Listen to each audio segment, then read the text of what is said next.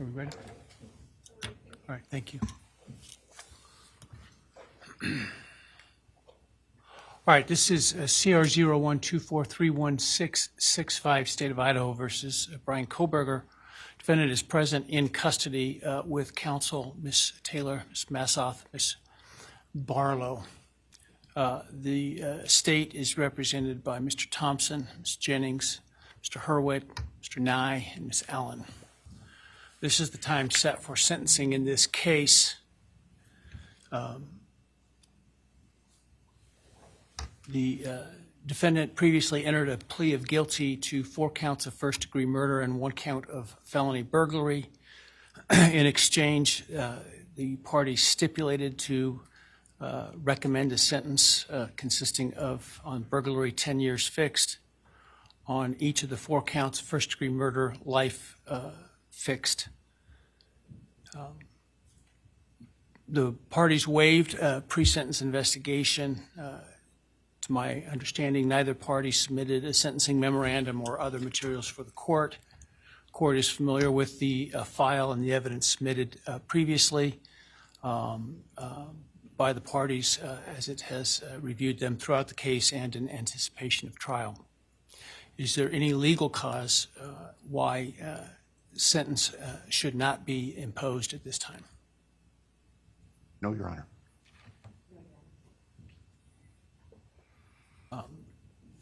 Does the state, before impact statements and arguments, wish to present evidence today? Your Honor, the state does not intend to present evidence in a documentary sense. We have provided the court through the clerk with photographs that we would like to use during the course of our sentencing argument. Sure. All right. Thank you. But no testimony other than impact statements? That's correct, Your Honor. All right. So with that, let's start with then impact statements. Ms. Jennings will be introducing And my understanding, just so I'm clear, I indicated through the trial court administrator that we need to see if any of the victims wish to have the camera not running and audio only. And my understanding is all of them indicated they are fine with the video. Is that correct? Yes, Your Honor, that's correct. All right, very well. Go ahead, Ms. Jennings. Your Honor, the first, and we're taking these in the order, victim impact statements in the order that the charges were listed in the indictment. The first charge being burglary. So we will have Bethany Funk's statement, and she has asked that her friend Emilia Lant read that statement. All right, any objection to that? No objection. All right, very well.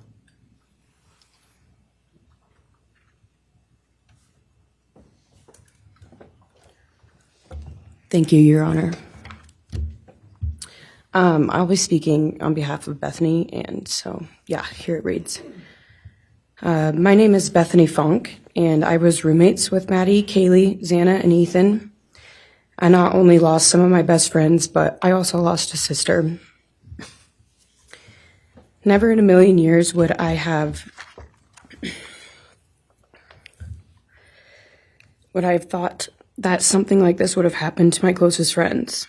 I thought that we were going to wake up and go upstairs, see them and tell them how they had scared us and that they were going to tease us about how we are constantly scaredy cats and make jokes about it as we would go to Taco Bell like always. But sadly, that is not what happened and what turned out to be my worst nightmare. When I first woke up that morning, I had no idea what happened. I woke up around 7 with a terrible toothache, so I called my dad, who is a dentist, and he asked what I should do. He told me to take Advil, so I did, and I went back to sleep. I was still out of it and still didn't know what happened. If I had known, I of course would have called 911 right away. I still carry so much regret and guilt for not knowing what had happened and not calling right away, even though I understand it wouldn't have changed anything, not even if the paramedics had been right outside the door.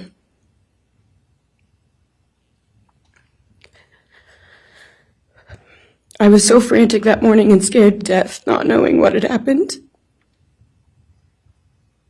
And when I made the 911 call, I couldn't even get out the words. And from then on, I don't remember a thing. It was like my brain wiped that whole memory.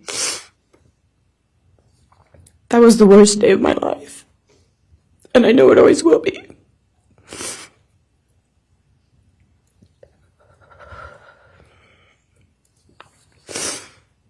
While I was still in shock, trying to process the fact that my friends were truly gone, I had been attacked by the public. I was grieving, numb, and unsure of what had happened was even real. And at the same time, I was getting flooded with death threats and hateful messages from people who did not know me at all or know the dynamic of our friendship. Social media made it so much worse, and strangers made up stories to entertain themselves. The media harassed not just me, but also my family. People showed up at our house. They called my phone, my parents' phones, other family members' phones, and we were chased while I was still trying to survive emotionally and grieve the loss of my friends.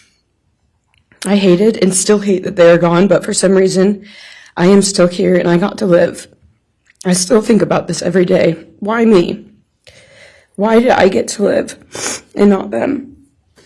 For the longest time, I could not even look at their families without feeling sick with guilt. I did not know what to say or what to do. I was terrified that my presence just made their pain worse, and I was still here when their kid, their siblings, and their friends, their loved ones should have been here instead. After everything happened, I was afraid to go into my own backyard or alone in my house. I was scared that the person who did this would come for me next. I was always scared that the media would try to catch me at any moment of any day, even when I was just walking around my house. I made my parents close all the blinds during the day so no one could see me even in the slightest chance. I barely left the house, and when I did, I made sure I was never alone. I slept in my parents' room for almost a year. I made them double lock every door, set an alarm, and still check everywhere in the room just in case someone was hiding. And I still check my room every night before, and I double lock it. I have not slept through a single night since this happened. I constantly wake up in panics, terrified. Someone is breaking in, or someone is here to hurt me, or I'm about to lose someone else that I love.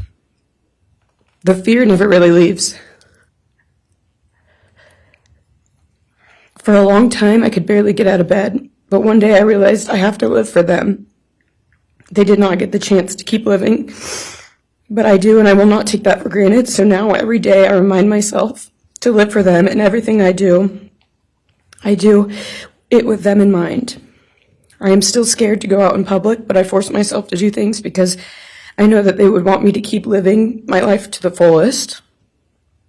I am beyond blessed to still be here, and I refuse to take that for granted when they did not get a chance. Our house was not just a house, it was a home. It was where we laughed till we couldn't breathe, make meals, did crafts, binge watch reality shows, played games, and spent lazy days on the couch. It was movie nights, wine nights, morning debriefs, pranks, hot chocolate, cookies, and warmth. I will cherish those memories forever, and I will not let what happened erase how special our home was or how much those memories meant to me. Now I would like to share some bits and pieces of who they were as people and some of the memories that we shared. One of my favorite memories was Halloween, and we all went to Sigma Chi. But instead of partying, we just sat in an apartment, talking and laughing all night long. I do not think I've ever laughed that hard in my life. We did not care about the party, we were just happy to be with each other. Xana was 1 in a million. She was the life of the party.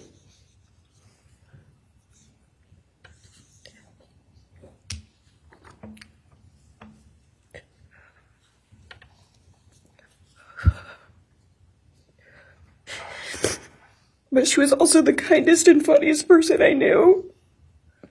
Everyone loved her because she made everyone feel so loved. She was just someone you always wanted to be around, no matter the circumstance. One of my favorite days with Xana was when we laid on the couch together all day, watching movies and snacking. Or when she, Maddie, and I would go and get margaritas, chips, and salsa.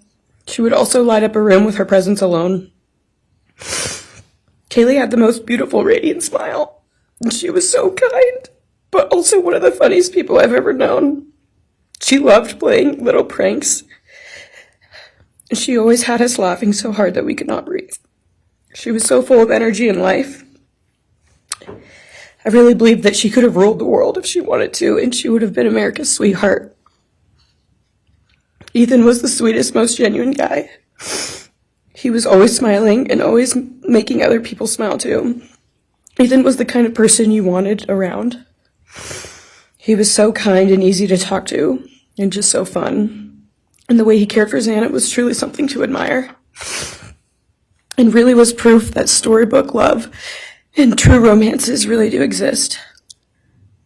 It was not only obvious to me, but everyone that was around Ethan and Xana that they were absolute soulmates. Maddie was not only one of my best friends, but she was the older sister I would have always wanted. There was no one I looked up to or admired more than Maddie. She was truly a ray of sunshine, and everyone was drawn to her. She was so kind, loving, funny, fun, and passionate. She had the sweetest soul and wanted nothing but the best for everyone, and to love and show love to everyone. She took me under her wing and always made me feel so safe and included, and above all, loved and valued. She never failed to make me laugh or put a smile on my face. Still to this day, I am beyond grateful that she chose me to be her sorority little, and I thank God every day that I not only got to know her, but had her as one of my best friends. Honestly, I cannot pinpoint one favorite memory with Maddie because I have so many, and this would be a very long read if I did. But if some little memories with her that I cherish is when the two of us made a nice dinner and split some wine, or when we would binge watch Jersey Shore or Summer House. When we came up with a whole dance routine on Halloween and danced and sang all night, like no one was watching. All the late night walks home from going out, and just little shopping trips and so much more. I am beyond blessed that I had the chance to know each and every one of them. They changed my life in ways I would have never put into words. I hope that they are remembered for who they are, not what happened to them, because who they are were so beautiful, and they deserve to be remembered in the highest way. My heart breaks every time I go to text one of them or how badly I wish I could see and hang out with them. And then I remember I cannot. I will never be able to again. But I still talk to them in my prayers every single night, and I always will. I wish more than anything I could hug them one last time. And I wish I could tell them how much I love them. And even though I cannot, I still tell them every night. I will keep living for them as long as I am lucky enough to still be here. And they were all truly one of a kind, and they will be in our hearts forever and always.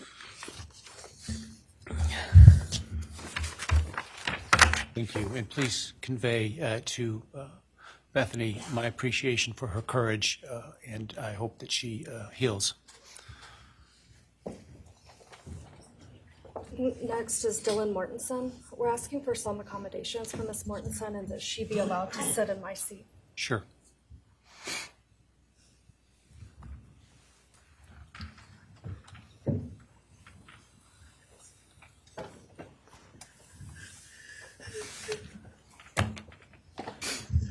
Dylan, just take your time, all right?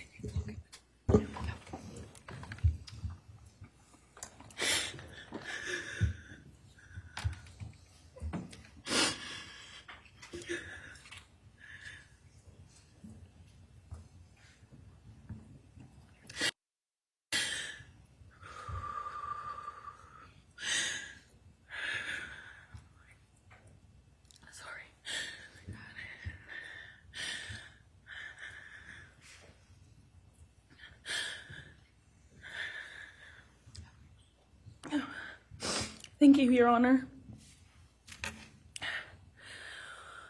What happened that night changed everything. Because of him, 4 beautiful,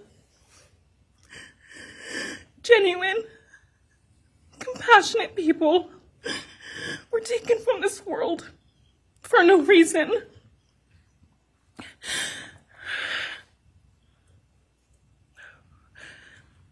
He didn't just take their lives. He took the light they carried into every room.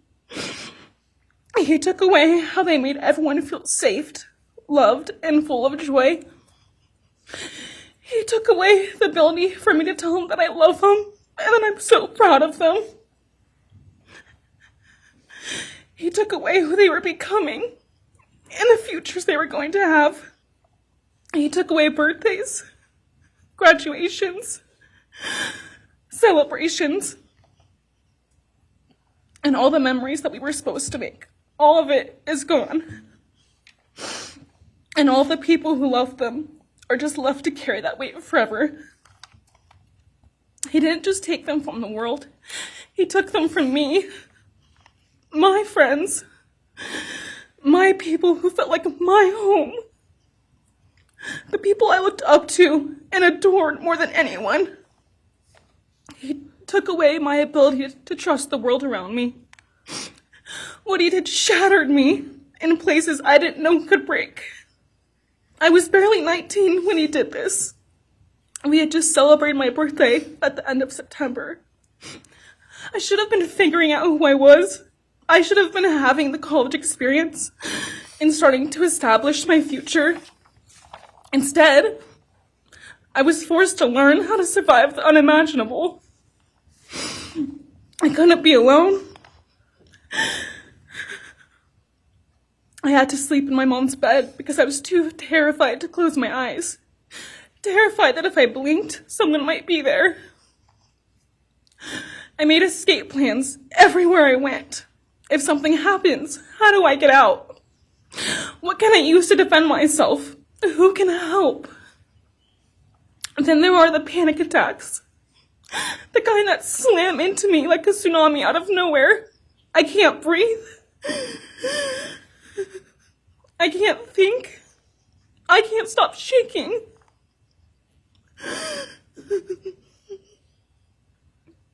All I can do is scream because the emotional pain and the grief is too much to handle. My chest feels like it's caving in. Sometimes I drop to the floor with my heart racing, convinced something is very wrong. It's far beyond anxiety. It's my body reliving everything over and over again. My nervous system never got the message that it is over, and it won't let me forget what he did to them. People call me strong. They say I'm a survivor, but they don't see what my new reality looks like. They don't see the panic attacks, the hypervigilance, the exhaustion, the way I scan every room I enter, the way I flinch at sudden sounds. They don't know how heavy it is to carry so much pain and still be expected to keep going, and that's because of him. He stole parts of me I may never get back. He took the version of me who didn't constantly ask, what if it happens again? What if next time I don't survive?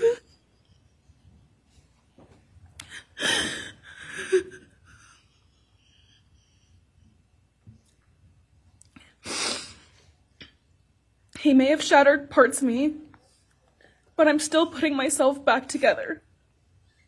Piece by piece, I'm learning how to live in this new version of life. It is not easy. It hurts, but I'm still trying. Still trying, and I'm not trying just for me. I'm trying for them, my friends. About a year ago, I had a dream about them. I got to say goodbye. I told them I won't be able to see you again, so I need to tell you goodbye. They all kept asking why, and all I could say was, I can't tell you, but I have to. When I woke up, I felt shattered and heartbroken, but also strangely grateful. Like maybe in some way that dream gave us the goodbye we never got. Still, no dream can replace them, and no goodbye will ever feel finished. He is a hollow vessel, something less than human. A body without empathy, without remorse. He chose destruction. He chose evil. He feels nothing. He tried to take everything from me. My friends, my safety, my identity, my future. He took their lives, but I will continue trying to be like them, to make them proud. Living is how I honor them. Speaking today is to help me find some sort of justice for them. And I will never let him take that from me. He may have taken so much from me, but he will never get to take my voice. He will never take the memories I had with them. He will never erase the love we shared, the laughs we had, or the way they made me feel seen and whole. Those things are mine. They are sacred, and he will never touch them. I get to feel sadness. I get to feel rage. I get to feel joy even when it's hard. I get to feel love even when it hurts. I get to live. And while I will still live with this pain, at least I get to live my life. He will stay here, empty, forgotten, and powerless. Dylan, thank you so much for your courage. I appreciate it.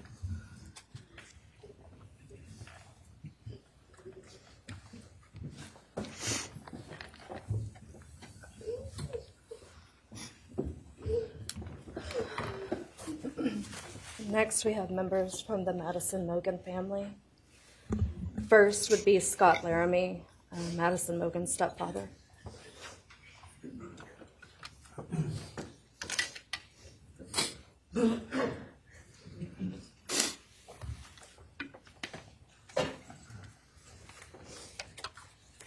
Standing by him is Cara Laramie, Madison's mother.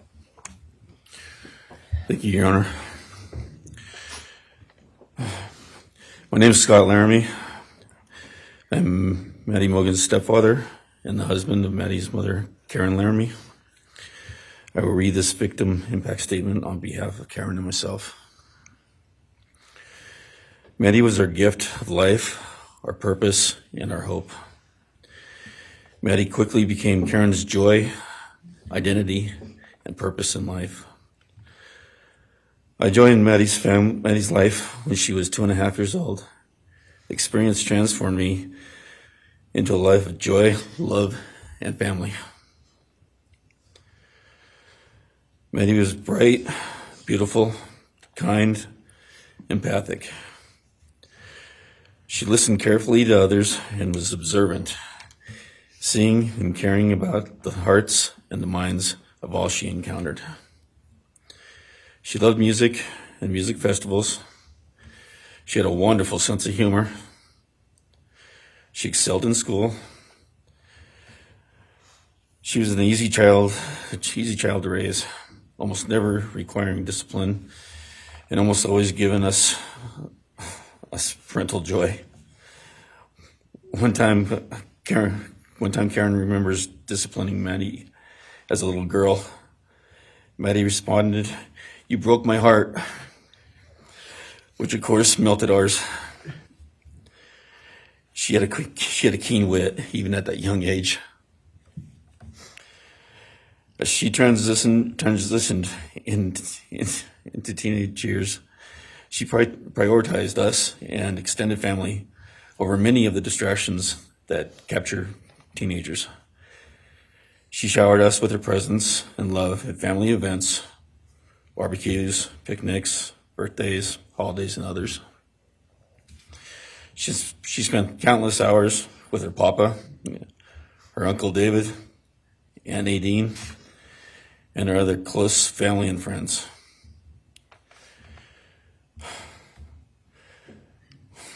This world was a better place with her in it. As she reached adulthood, Maddie applied her studies to be a marketing professional, entering into an internship at Payne West, and started planning her professional future.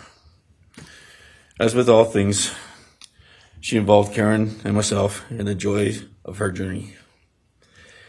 As she transitioned into womanhood, Karen and I continued to be astounded at this wonderful and accomplished person we had created. All parents dream of their children accomplishing more than them. We realized this dream, all we had not become, she was becoming. Karen and I are ordinary people, but we lived extraordinary lives because we had Maddie. Maddie was taken senselessly and brutally in a sudden act of evil. She was taken along with the young, promising, and bright lives of Kaylee, Xana, and Ethan. First, we felt disbelief. Next, we felt disorientation. Then we felt grief overcome us. Our grief is compounded even more for the Gonzalez, Kernodal, and Chapin families. We speak of hope and healing, and we do have hope and some healing. But the vast emotional wound will never fully heal. Since Maddie's loss, there's emptiness in our hearts, home, and family, an endless void. After losing her mother in a car crash, Karen took years to grieve and recover. The feeling that her life with Maddie and A was perfect helped her to start to heal. Now, this is no longer perfect. After Maddie's loss, Karen felt like she was spinning out, emotionally collapsing into anxiety and depression. She sometimes asks, how am I supposed to go on when I've lost my favorite person in the world? I felt the same, and we continue to struggle. The loss of Maddie has impacted so many beyond our family. Her second family is her sorority sisters who grieve alongside us. She has so many close friends who suffer from her loss. We will continue to be. Her loss will continue to be felt by the Vandal community, including Vandal Solutions on campus, where she volunteered her time for others.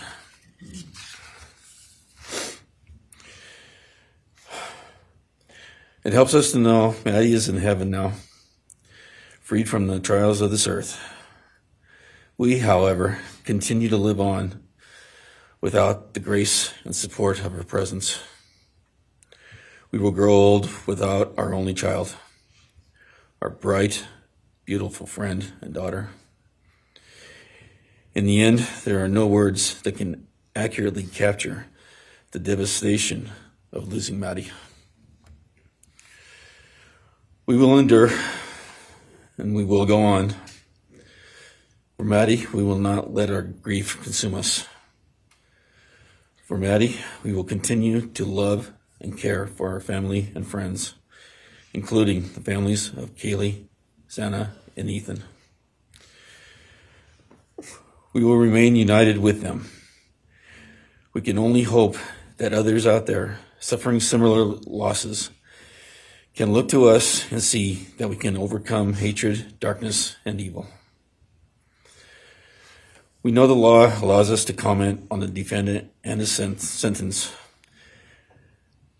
As for his sentence, we support the plea agreement. Society needs to be protected against this evil. As for the defendant, we will not waste the words, nor will we fall into hatred and bitterness. Evil has many faces, and we now know this, but evil does not deserve our time and attention. We are done being victims. We are taking back our lives. We will turn our time, talents, and attention to hope, healing, and helping others, and to the future.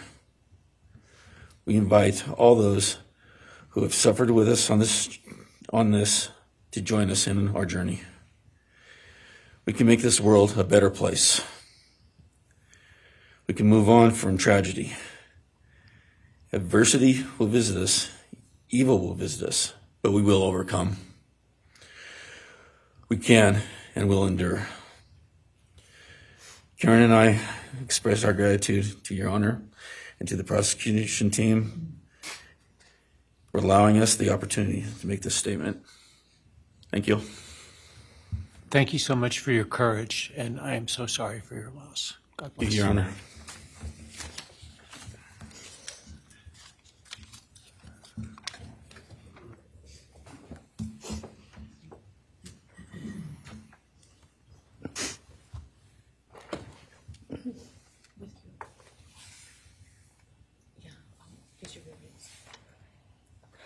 Your Honor, this is Leander James. He's the attorney for the Mogan family and victim advocate. He'll be reading a statement for Karen Laramie. May it please the court, counsel. My name is Leander James. I am the pro bono counsel for Karen and Scott Laramie. Karen has asked me to read this statement into the record.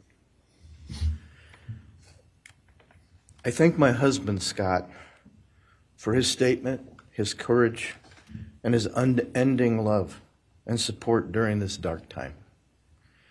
While words are inadequate to capture the impact of this horrific crime on our family, he expressed it as best anyone could. For Maddie's sake, I will add my supplement statement that incorporates additional impact in the context of my extended family. I am grateful to Maddie's great uncle, Bryan Kohberger, for assisting me with the difficult task of putting our pain into words. For me and my extended family, Maddie was our hope and our light. Her beauty, both outside and in, shone its light upon everyone with whom she came in contact. Her beauty, she carried that hope and light into the future for our entire family. We have memories of our Maddie and grief and pain at her being taken from our presence. Any one of us would have given our own light to have been outshone by hers. We now look to our Creator to know that her light continues where we look to see her in His presence. Those who commit evil for their own twisted gains and purposes truly defile the efforts and sacrifices of mothers, fathers, families, teachers, clergy, public servants, service members, and all those who commit themselves to the greater good, freedoms, and the future light of our nation. Condemnation falls heavily upon those who squandered the lives of our future hopes and dreams. Some may offer forgiveness for what the defendant has done. However, we cannot at this time, or perhaps ever, nor will we ask for mercy for what he has done. His acts are too heinous, the agony and grief he has caused too great. But we will waste no further words or thoughts on him. For Maddie's sake, we will move on. We will do our best to carry Maddie's light into this world and make it a better place. I thank the court and the prosecution for allowing me the opportunity to make my statement, and I thank all those who have and will support my family and the families of Kaylee, Xana, and Ethan. Thank you. Thank you. Thank you, Mrs. Laramie. Appreciate it.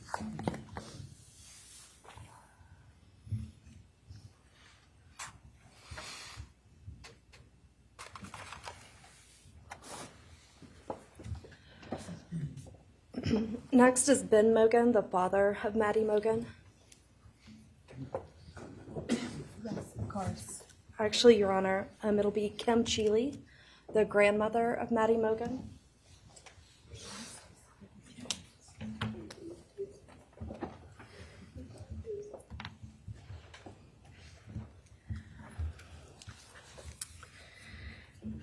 My name is Kim Cheeley. I was Maddie Mogan's paternal grandmother, as Ben Mogan, her father, is my son. I'm here today with my sister Lori Cheeley, Maddie's great aunt, and my son Ben Mogan, and my daughter-in-law Corey Hatrock.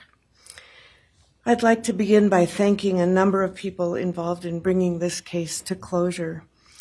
In my daughter's words, the plea deal the prosecution team reached this month is one that punishes the perpetrator of this horrendous crime, protects the public from further harm, and allows all of us who knew and loved these kids the time to grieve without the anxiety of the long and gruesome trial, the years of appeals, and potential for mistrials along the way.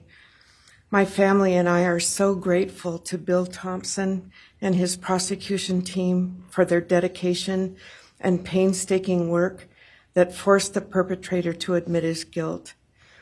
We want to thank the Idaho State Police, the Moscow Police Department, the FBI, and Judge Hippler. We'd also like to thank the University of Idaho officials who have treated the families of the victims with such dignity and kindness, and who have honored the 4 victims beautifully. Maddie was my first grandchild, so when she was born, all her grandparents had the distinct pleasure of deciding what we'd like to be called. I chose Nana, pretty original. But when Maddie was about 1.5 years old, her papa, Ben's dad, and I were planning to visit the new little family in Oregon. Maddie didn't have an extensive vocabulary at the time, but for some unknown reason, she called bananas ba-deedle-deedles. When Karen and Ben told her Nana was coming to visit, she figured, I say deedle-deedle for that word. So I became deedle-deedle, shortened to Deedle when she was about 6 or 7, and I was Deedle all her life. I don't think her stepdad, Scotty, ever knew my given name was Kim. Maddie's and my birthdays were 1 day apart, and a couple years before she was killed, she gave me this necklace with Deedle and Maddie engraved on it, and I added an angel wing, and it's one of my treasured possessions. I also got an angel wing tattoo, never thought I'd see the day, but along with many members of our family, replicating the one that Maddie and her sorority sisters had. I wanted mine where I could see and touch it often. From preschool through grade school, I stopped teaching piano lessons early on Wednesdays and picked Maddie up for bubble baths, brownies, and books. It was our special time together, and she went home those nights in her jammies with a pan of warm brownies for her family. Although Karen and Scotty raised Maddie and did such a lovely job of parenting, we Mogans were lucky to have her for holidays and many other family gatherings. We'll always have our treasured memories of Maddie growing up in our big, extended, cooperative family, and I thank Karen and Scotty Laramie for being so generous and open and sharing Maddie with her Mogan side of the family. When the 4 kids were murdered, the foundation fell out of our world. Initially, the fear was truly debilitating. The first 6 weeks were excruciating. Despite the vigils, memorials, candlelight gatherings of students, friends, family, community members. After the arrest, in the past 2.5 years, my family has lived with grief, with the effects of traumatic grief, of which I was blissfully unaware before all of this. I now have a stack of books on grief. I've attended grief classes at hospice. I've tried EMDR, a technique that helps replace disturbing visions with something more comforting. My son Ben, his 2 sisters, Maddie's aunts, and I have all experienced depression and anxiety and sleep disturbance, requiring medical intervention at times. We've all sought counseling off and on. The struggle with media attention was extremely difficult, especially for Ben. No one should live through the violent murder of one's child. Some days it's beyond me how the parents of these kids are still upright. I'm thankful for the strong families and communities that are supporting the survivors. At the time, I could think of only two blessings surrounding the horrific murders. One was that Ben was living with my partner Tom and me at the time, and that we could support each other emotionally through it all. Sadly, Tom died a year ago of a rare brain cancer, and he won't be here to see justice served. He was our family's rock, and we all miss him every day. A second blessing is that my mother died of COVID several months before the kids were killed, and she didn't have to live through the horror. It was difficult to identify blessings. So we've all lost our dear child and a future with her. I ache for the loss of the dreams that she and her true love, Jake, held. And my heart goes out to Karen and Scotty and your side of Maddie's family. You've had more than your share of loss. My heart aches for the kids' roommates and the families of the other victims, and also the family of the perpetrator.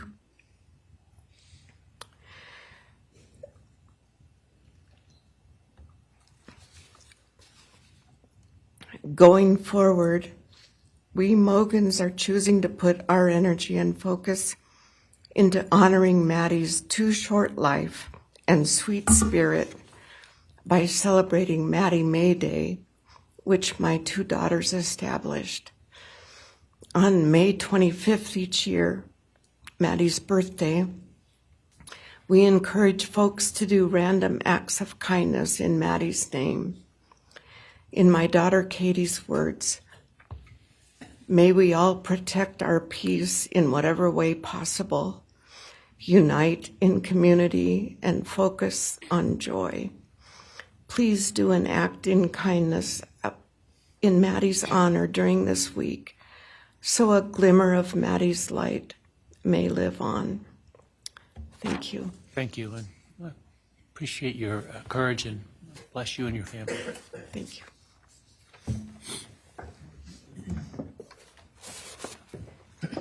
Now it's Ben Mogan, Maddie Mogan's father.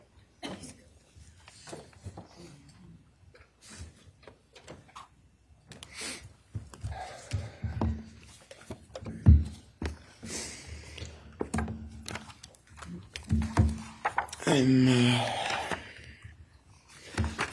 Benjamin Mogan. I'm Maddie's dad. And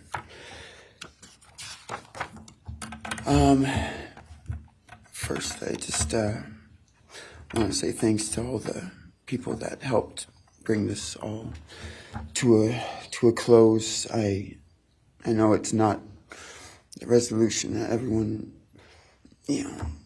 wanted, but I think that that everyone worked so hard, and we really appreciate all their efforts. It was such a hard thing to go through for everybody.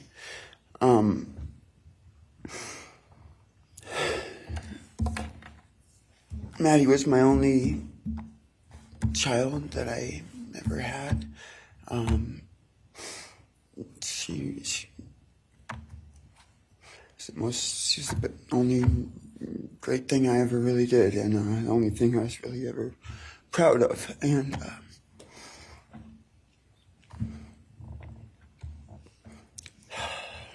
I thought we would have the rest of our lives together to be together and to know each other, and I took for granted the times, she was in college, and I thought, oh, well, we'll have the rest of our lives to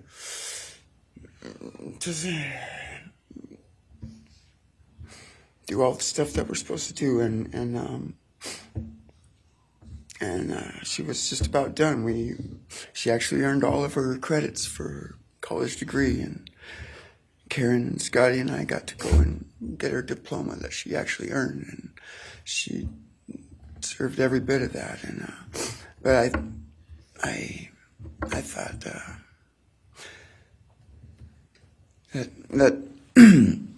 that was going to be just the beginning of a long life together, and we never got that.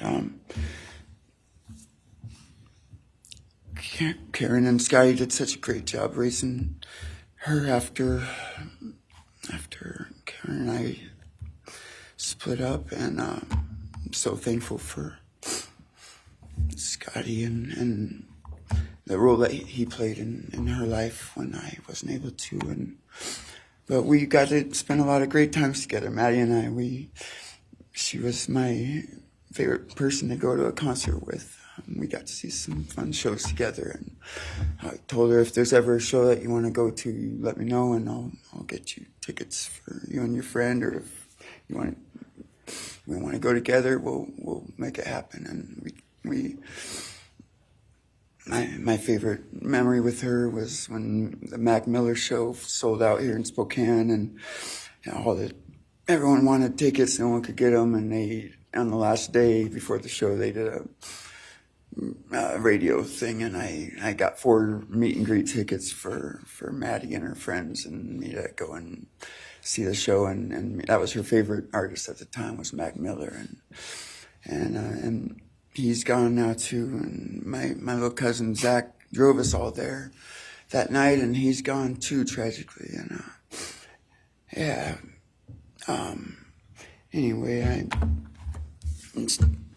the last thing that she ever wrote to me was this Father's Day card, and I'm so glad I still have it.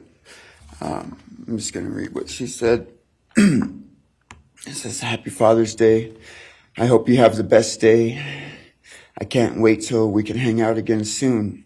I'll be in Coeur d'Alene, 624 to 74. Hopefully we can find a time then.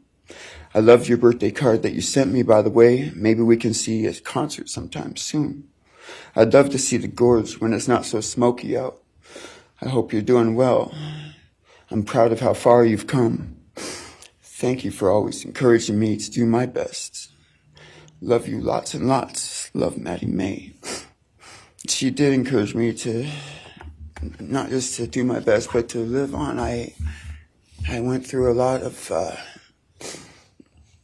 issues with addiction and with substance abuse, and when I wasn't wanting to live anymore, she was what would keep me from just not caring anymore, and knowing that she was out there and that she was just such a beautiful person kept me alive a lot of rough moments, and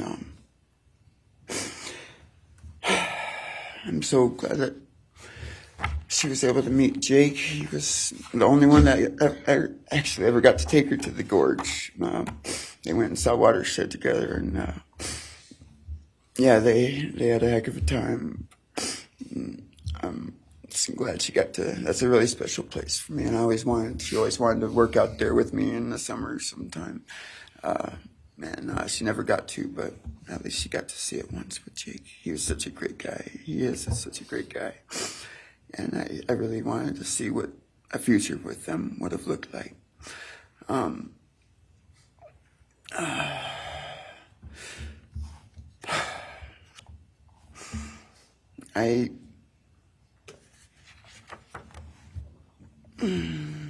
never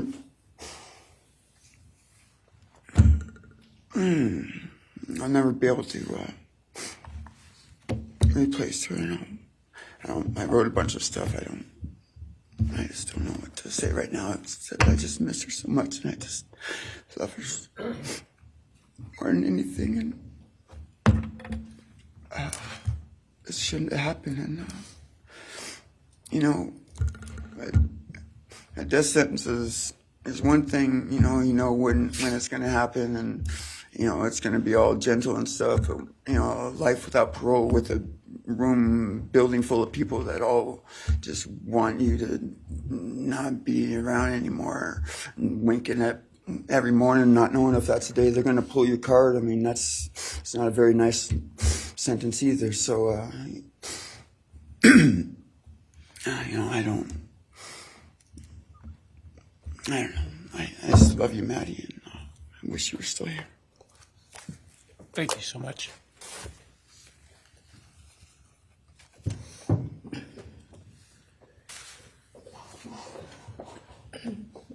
Your Honor, next would be members from the Christy Gonzalez family.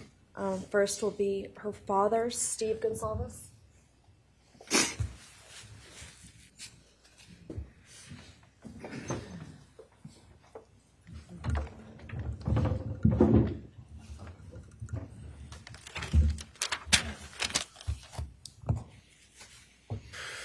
Today, we are here to finish what you started. Today, you've lost control. Today, we are here to prove to the world that you picked the wrong families. The wrong state, the wrong police officers, the wrong community. You tried to break our community apart. You tried to plant fear. You tried to divide us. You failed. Instead, your actions have united everyone in their disgust for you. I just learned from these lead investigators, to their shock, they worked in an investigation and actually worked with Pennsylvania police officers and the federal FBI. You united everyone. Everyone was united after you. None of us are divided. We are united in our disgust and our love for these children. Today you have no name. Because when this all started, we all came together and we said, let's stop even talking about his name and just use initials. So even the media just calls you BK. That's all you are. Looking back when the police officers knocked on my door, told me what happened to my child, told me what happened to Maddie Mae, I don't think he was even out of the driveway before my kids turned around, looked at me and said, what do we do, Dad? I told them, you get to work. You get your ass to work. And we started calling, we started texting, we started emailing. And you know what? Within hours, we had your white car on camera. We knew from the very beginning we had you. Police officers tell us within minutes they had your DNA, like a calling card. You were that careless, that foolish, that stupid. Master degree, you're a joke, complete joke. But we took this disaster and we did what we could. We put everything online. We took our kids, we took our images, we took everything that they did, their videos, their photos, the girls' pranks, Ethan singing. We put it out there, we shared it with the world. And the world united. And all they ended up, when they talked about this case, is they talked about Kaylee Jade, Maddie Mae, Xana, and Ethan. Everything what these people meant to us, a father, a mother, a brother, a sister, we shared that with our community. Then we shared it with our state. We shared it with the country. And eventually we shared it with the world. The world's watching because of the kids, not because of you. Nobody cares about you. You're not worth the time, the effort to be remembered. In time, you will be nothing but two initials forgotten to the wind. No visitors, nothing more than initials on an otherwise unmarked tombstone. From this moment, we've all started From this moment, we will forget you. We want to all leave in closing. One last thing. You picked the wrong family, and we're laughing at you on your trip to the pen. That will be today or tomorrow. I'll close with, God bless all the men and women that worked on this case and all the hard work that you guys did. You guys allowed us to grieve and allowed us to get through this. The amount of work that you guys put together and the way that you guys put it together was beautiful. There was hard times to be expected. But thank you all. God bless. Thank you.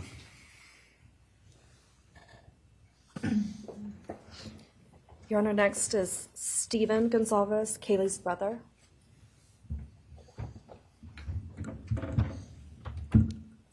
Stephen's actually going to pass. I'm going to go. Okay. Olivia Gonzalez, Kaylee's sister. Hello. I'd like to start by thanking the court for allowing me the time and opportunity to speak today. My name is Olivia, and I'm the big sister of Kaylee Gonzalez, and I was blessed to love Madison Mogan as a sister too. I'm not here today to speak in grief. I'm here to speak in truth. Because the truth is, my sister Kaylee and her best friend Maddie were not yours to take. They were not yours to study, to stalk, or to silence. They were two pieces of a whole, the perfect yin and yang. They are everything that you could never be. Loved, accepted, vibrant, accomplished, brave, and powerful. Because the truth about Kaylee and Maddie is they would have been kind to you. If you had approached them in their everyday lives, they would have given you directions, thanked you for the compliment, or awkwardly giggled to make your own words less uncomfortable for you. In a world that rejected you, they would have shown mercy. Because the truth is, I'm angry. Every day I'm angry. I'm left shouting at the inside of my own head everything I wish I could say to you. The truth about me is when I heard the news, I didn't cry. I listened for them. I promised them I would, that I would fight for them, that I would show up no matter what it cost me. I swore I'd never let them feel alone. Because you see, I've always been their heavyweight. I've always been the one to fight the battles they didn't feel ready to fight themselves. All it ever took was a call, and they knew I would handle it for them, no matter the time, no matter the cost. They could wave their white flag because they knew I would never back down, not for them, and not even death could change that. Somewhere along the line, I started to think about what I would say to them if I was given just one last chance. If I could gather enough heartbreak or love or sacrifice or whatever it took to get just one message across. What would I say? Throughout this entire process, I've written my feelings down at every moment, my wishes, my love, my denial, my anger. And as one final act of love, I'd planned to read these thoughts, even jarring and discombobulating and not even making sense. Because for me, that was true love. As bare and as naked as it could be, not laced in pretty words or dressed for the occasion, but written through bleary eyes at 2 a.m. with clenched fists, angry at this reality. My true final act of love was to continue on without them, for them. That dream to read aloud my love to them, to bring meaning through pain, was the latest blow in realizing you don't deserve it. And Kaylee and Maddie don't need it.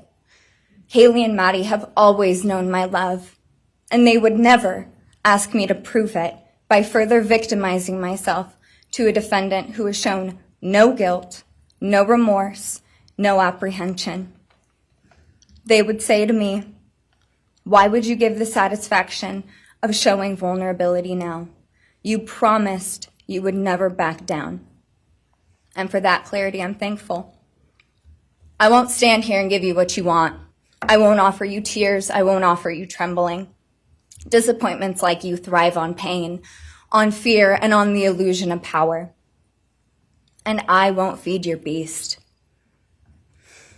Instead, I will call you what you are. Sociopath, psychopath, murderer. I will ask the questions that reverberate violently in my own head, so loudly that I can't think straight most any day. Some of these might be familiar, so sit up straight when I talk to you. How was your life right before you murdered my sisters? Did you prepare for the crime before leaving your apartment? Please detail what you were thinking and feeling at this time. Why did you choose my sisters? Before making your move, did you approach my sisters? Detail what you were thinking and feeling. Before leaving their home, is there anything else you did? How does it feel to know the only thing you failed more miserably at than being a murderer is trying to be a rapper? Did you recently start shaving or manually pulling out your eyebrows? Why November 13th? Did you truly think your Amazon purchase was untraceable because you used a gift card? How do you find it enjoyable to stargaze with such a severe case of visual snow? Where is the murder weapon, the clothes you wore that night? What did you bring into the house with you? What was the second weapon you used on Kaylee? What were Kaylee's last words? Please describe in detail the level of anxiety you must have felt when you heard the Bearcat pull up to your family home on December 30th, 2022. Which do you regret more? Returning to the crime scene 5 hours later, or never, ever going back to Moscow, not even once, after stalking them there for months? If you were really smart, do you think you'd be here right now? What's it like needing this much attention just to feel real? You're terrified of being ordinary, aren't you? Do you feel anything at all? Or are you exactly what you always feared? Nothing. If you're so powerful, then why are you still hiding, defendant? You see, I'm here today as me. But who are you? Let's try to take off your mask and see. You didn't create devastation. You revealed it in yourself. And that darkness you carry, that emptiness, you'll sit with it long after this is over. That is your sentence. And it was written on the wall long before you ever pled guilty. You didn't win. You just exposed yourself as the coward you are. You're a delusional, pathetic, hypochondriac loser who thought you were so much smarter than everybody else. Constantly scolding, turning your nose up to grammar mistakes, nitpicking and criticizing others.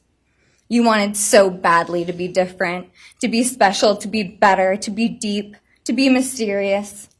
You found yourself thinking you were better than everyone else, and you thought you could figure out the human psyche and see through it, all while tweaked out on heroin. Lurking in the shadows made you feel powerful because no one ever paid you any attention in the light. You thought you were exceptional, all because of a grade on a paper. You thought you were elite because your online IQ test from 2010 told you so. All of that effort just to seem important. It's desperate. There is a name for your condition, though. Your inflated ego just didn't allow you to see it. Wannabe. You act like no one could ever understand your mind, but the truth is you're basic. You're a textbook case of insecurity disguised as control. Your patterns are predictable. Your motives are shallow. You are not profound. You're pathetic. You aren't special or deep, not mysterious or exceptional. Don't ever get it twisted again. No one is scared of you today. No one is intimidated by you. No one is impressed by you. No one thinks that you are important. You orchestrated this like you thought you were God. Now look at you, begging a courtroom for scraps. You spent months preparing, and still all it took was my sister in a sheath. You work so hard to seem dangerous, but real control doesn't have to prove itself. The truth is, the scariest part about you is how painfully average you turned out to be. The truth is, you're as dumb as they come. Stupid, clumsy, slow, sloppy, weak, dirty. Let me be very clear. Don't ever try to convince yourself you mattered just because someone finally said your name out loud. I see through you. You want the truth? Here's the one you'll hate the most. If you hadn't attacked them in their sleep, in the middle of the night, like a pedophile, Kaylee would have kicked your fucking ass. Thank you. Thank you.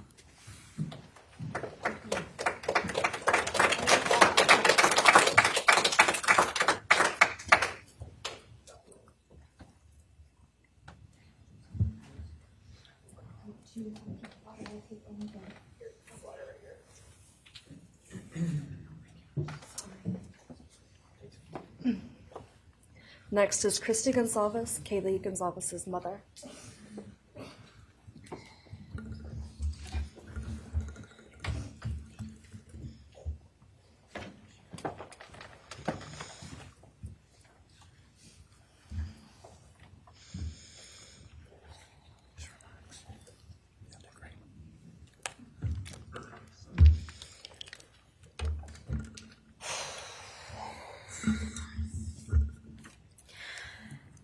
Thank you, Your Honor.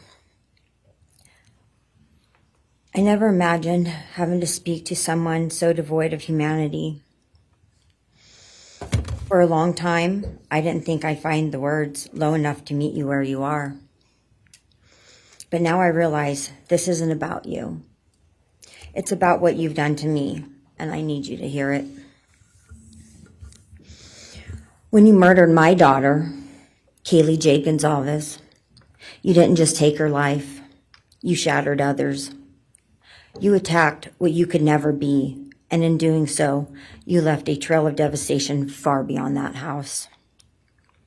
You stole my peace. You've altered my every waking moment, every sleepless night, the way I view the world, people, safety, trust. It's all been changed by your cruelty. I no longer recognize parts of myself. Joy is harder to find. Laughter feels foreign. The world moves forward, but I'm suspended in a place of sorrow and rage. You've taken from me something that can never be restored. The grief sits with me every day, some days quietly, and other days so loud it drowns out everything else. The emotional toll you've inflicted on me is immeasurable. I live with a constant ache, with birthdays that are now memorials, with holidays that feel hollow, with empty chairs that scream louder than words ever could. I am forever changed. But for you, as a person working on a PhD in criminal justice, you really didn't think this one through. You're not that good. In fact, you're not that good at anything. You couldn't secure a job. You couldn't get along with others. You couldn't even get a female to look in your direction. All because you are pathetic. Now you're a joke in this courtroom. I wish I could crown you with a jester hat to complete your orange jumpsuit clown look. A dead killer doesn't kill again. So while I'm disappointed the firing squad won't get to take their shots at you, I'm confident that the men in prison will have their way with you in more ways than one. You will finally get what you wanted, physical touch. Just probably not how you were expecting it. See, you haven't beat the system. You've simply entered a new one, where the rules are cruel and the consequences will never end.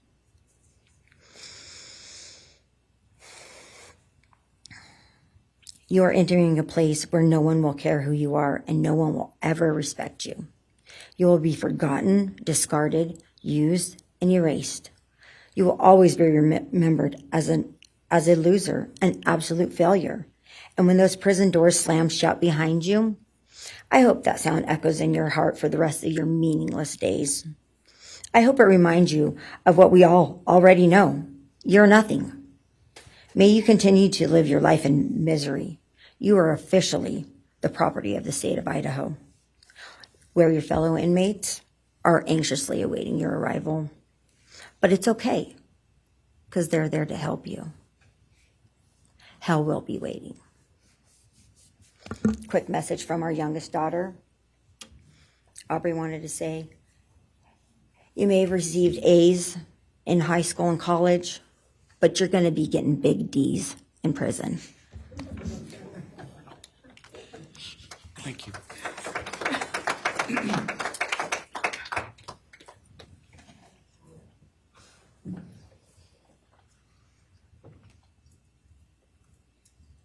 Do we have more from the Gonzalez family, or are you? Yes. Next would be Shannon Gray, the Gonzalez family attorney. He'll be reading statements from Kaylee Gonzalez's grandmothers. Well, Morning, Your Honor. Shannon Gray, the attorney for the Gonzalez family. I actually have 3 statements, one from her aunt and 2 from her grandparents. This is from her aunt, Tammy Butts. You, in the cloak of darkness, made a decision to turn our whole family's world upside down forever. You, in the cloak of darkness, took our Kaylee J. Gonzalez away from us all without hesitation. Never have you shown any remorse or regret.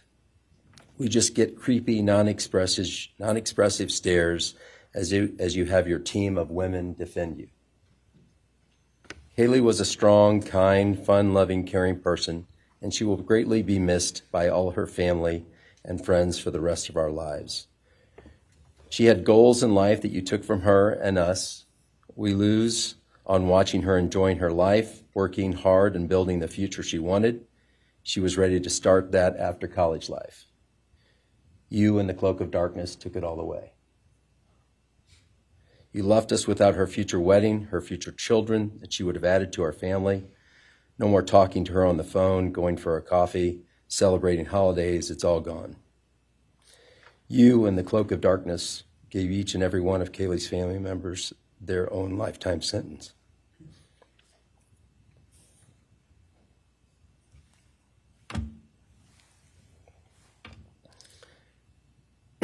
You, in the cloak of darkness, also took our Maddie Mae from all of us. She was so genuine, caring, polite. She was part of our family. You came in, harmed our children that were younger women than you in their own beds. You're nothing, you're a coward. It's not right that you have received life. I pray that you meet your end in the cloak of darkness, burn in hell. I have 2 other statements, Your Honor.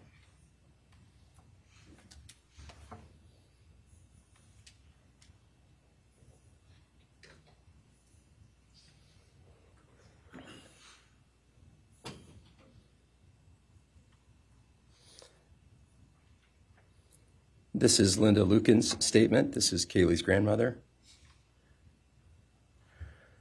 I really don't know how to address something so inhumane, but I will try. Nothing in the past 2.5 years has made any sense. All I get is you cowardly went into a home at night, filled with what I'm sure you thought was all sleeping girls, and went on a vicious killing spree for no other reason but to appease your demonic urges. You took my granddaughter Kaylee from us, plus 3 other beautiful lives. You took my granddaughter Kaylee, beautiful, sweet-souled, doll-faced Kaylee, who was getting ready to start her amazing life, who had such a bright future, who was loved by so many, who you were so envious of. She had a life you could never have. You are so beyond human. You're definitely a demon from hell. I truly wish your punishment would be the same death you inflicted on our kids. But I think you will meet some new friends in prison who will be there just to help you. Thumbs up.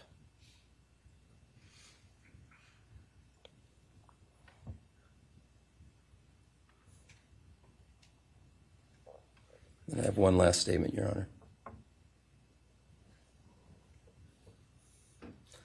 This is from Cheryl Gonzalez, Kaylee's other grandmother. John 1:5 says, "Light shines in the darkness, and the darkness overcomes it not." Somewhere in your life, some jealousy, envy, ego, something went dark. It pushed out all light until you became dark and evil. And when you saw my granddaughter and her friends, their light, because they have such a light, you couldn't stand it. Because the darkness in you could not stand the light in them. And so you decided to destroy it. Cowardly, you walked into their rooms in the dark and took their lives, hoping to get rid of your darkness. But you didn't. You failed. Because you know what was once a light shown only to their friends, families, and loved ones is now all over the world. Everyone sees it. Their smile, their beauty, their plans, everything they were and had.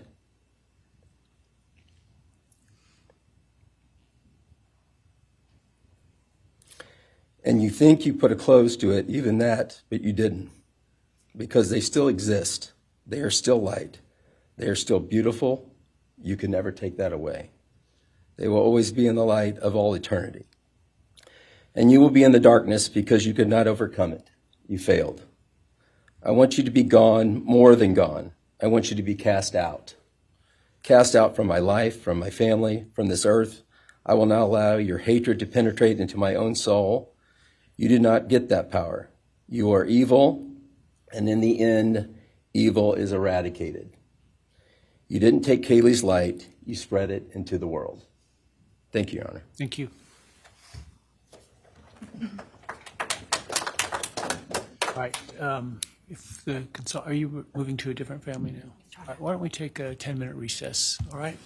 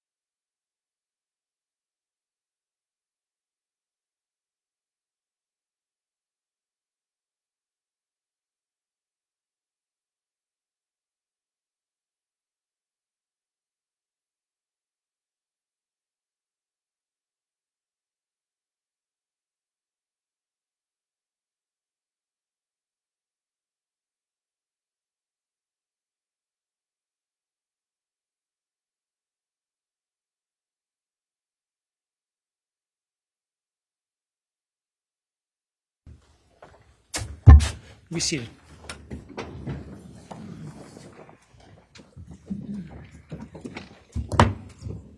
All right, Ms. Jennings. Thank you, Your Honor. The next family is the family of Xana Kernodal, and first would be Jasmine Kernodal, Xana's sister.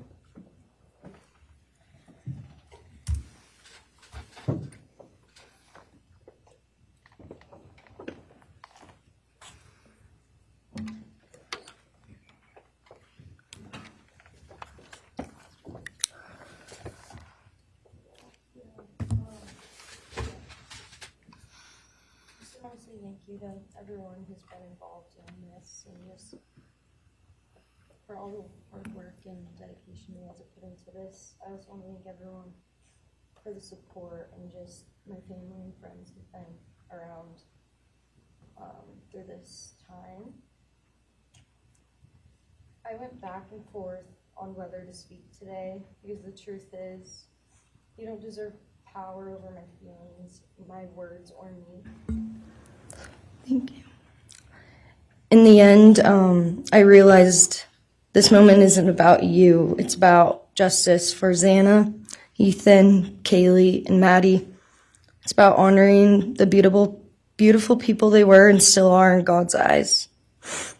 On November 13th, 2022, a piece of my heart was ripped away. There's no way to ever fully describe the weight of losing my sister, my best friend. No sentence or punishment will ever come close to the justice Xana, Ethan, Kaylee, and Maddie deserve. Xana was everyone's best friend. She was kind, she was funny. She was a gift to each person she was able to make an impact on. Xana was someone I turned to when I needed direction or advice. Although I am her older sister, I often found myself looking up to her. She had a radiant energy that everyone loved, and she always knew the right way to approach a problem. She knew how precious and special life was, and she truly did live every day to the fullest. Yet her story was cut short by an act of evil. I believe in a God whose justice is not bound by this courtroom. I find peace knowing that judgment ultimately belongs to him. For your sake, I hope one day you feel the full weight of what you did. I hope you take accountability. I hope you truly experience the guilt and you surrender yourself to Jesus Christ. Because no punishment on this earth can ever compare to the isolation and pain of eternal separation from God. Xana deserved more. They all did. But I come here to say this. I am strong. I am brave. I'm a fighter, just like Xana. And you don't get to control how I move forward or what I believe. I walk with the comfort of knowing I will see my sister again. Xana didn't get the future she deserved. She won't be the maid of honor at my wedding, the cool aunt to my future children. I'll never hear her laugh or see her light up a room ever again. But I will carry her with me for the rest of my life. I will live in her honor, fight to be the best kind of woman and someone she's proud of, to make sure the world never forgets who she was. Xana's story doesn't end with what was taken from her. It lives through the love she gave, the people she touched, and the legacy our family will protect. Her light still shines, and her voice will echo louder than this pain. You didn't take that from us, and you never will. Thank you.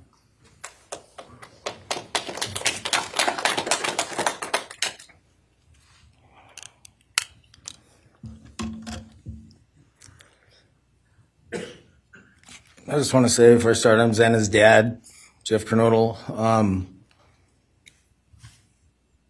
It's been a hard road down, because she's gone. And I want to thank everybody, other their families that's speaking so far, spoke about things. I agree with everything they have to say. It all comes back to a lot of the same things that I've had to deal with and we as a family have had to deal with. And that brings me basis of what I'm talking about a little bit is on my way up here, flying up here in the plane, and about halfway through the flight, this little girl is calling out for her dad. Hey, dad, and then in my mind, I was kind of half asleep. It's dark on the plane. I heard Xana calling out for me like she did, back when she was little, 5 years old. And those times were hard. It was chaotic, but we always had something to work toward that was in a positive direction, compared to right now, which is necessarily not as positive as that for sure. And I know I miss Xana a lot. My life's been changed, and Xana had a great impact on me.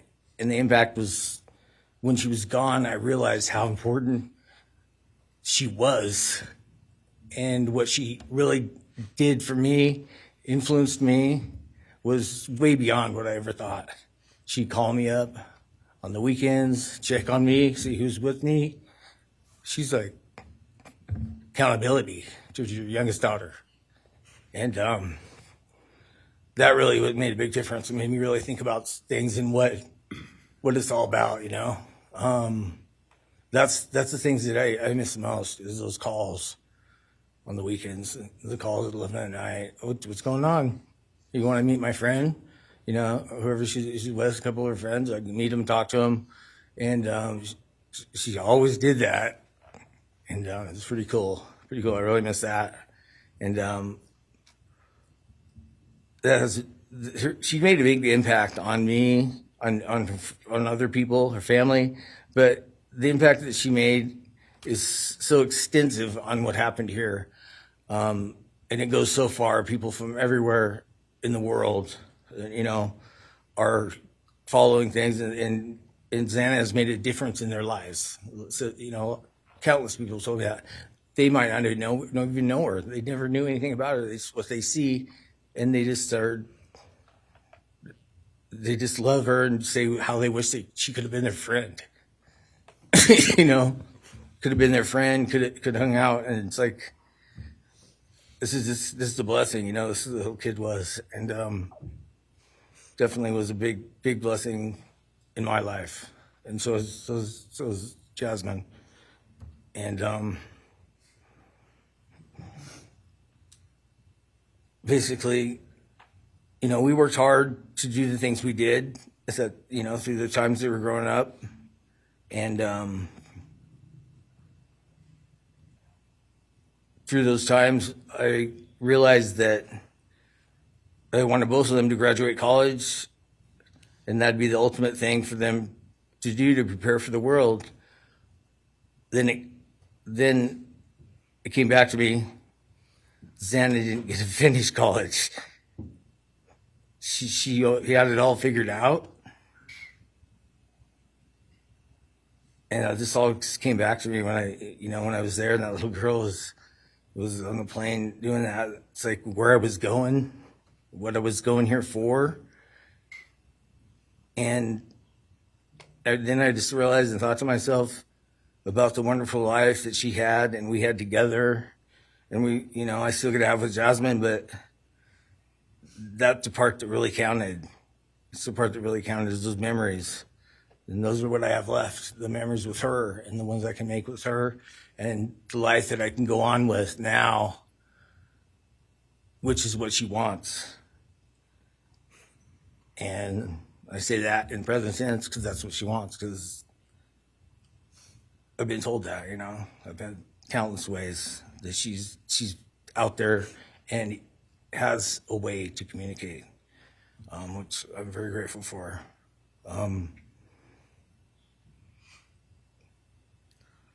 That goes to say that the impact of what happened to them, all 4 kids, goes so much further than just not me, the parents, the families, the community. It goes so far, because a lot of kids, in the colleges, just for an example, they lock their doors now. The door wasn't locked in the back. Penn State or wherever it was, all the colleges, I know that I've heard they all lock their doors now. So maybe the impact that it's going to make is going to help out and maybe protect some people. Having this outreach and having the influence of what happened to these kids did, all I know is I was 7 miles away when it happened, and she wasn't feeling that good. It was 11:30, and I almost went over to Susanna's to say, and I would have been sitting right there on that couch, and you had to deal with me. So they would have had a chance, and I regret that, and I regret not going. But the reason why I didn't is because Susanna said, "Don't be drinking and driving. You have to rent a car. Don't be drinking and driving." The week before that, so she was she would have been mad at me to do that. But I really wish I would have drunk and drove, because they would have had a chance, all four of them. At this point, I just have to go on. We're going to go on with everything and make things better in my life, because that's what it's all about. If I have closure in things, and the part that we miss is Santa, her influence, her smile, the things that she did, and we have the memories left, the great memories, and she just wants us to make more memories and not be sad or upset or shocked or taken for that, and that's what we're going to do. We just have to. That's all I got. Thank you for your words and your courage, and bless your family.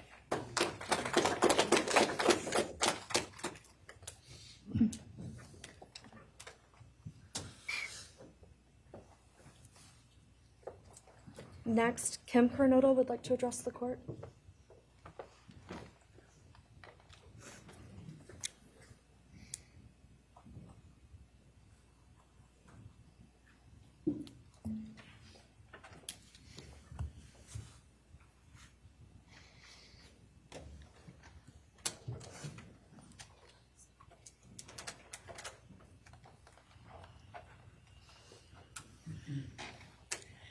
Thank you, Your Honor. My name is Kim Kernodal. I am Xana's aunt. I was very blessed to have her in my life, in our family. And I thought I had everything in my head, what I wanted to say, but it kind of went out. And I'm always looking for the positive thing, because evil, hate can destroy people. And that's what it started doing with our family. It created anger with our family members.